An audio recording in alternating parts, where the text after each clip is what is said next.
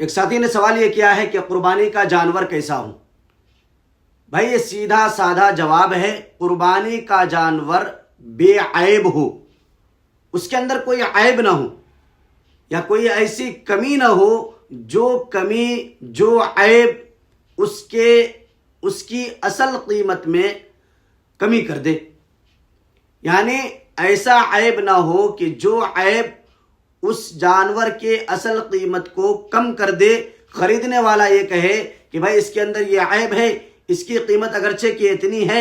لیکن یہ عیب ہونے کی وجہ سے اس کی قیمت کم کر دی گئی ہے، ایسا عیب نہ ہو۔ اور اگر اللہ توفیق دے تو بھائی آپ اس کو سمجھ میں نہیں آ رہا ہے کہ جانور کیسا ہو، تو آپ اپنے علاقے کے علماء کرام کو گاڑی میں بٹھائیں اور ساتھ میں لے جا کر کے منڈی جائیں، وہاں جا کر کے ان کے سامنے میں جانور خریدیں، یہ زیادہ بہتر شکل ہے اور زیادہ اچھا ہے۔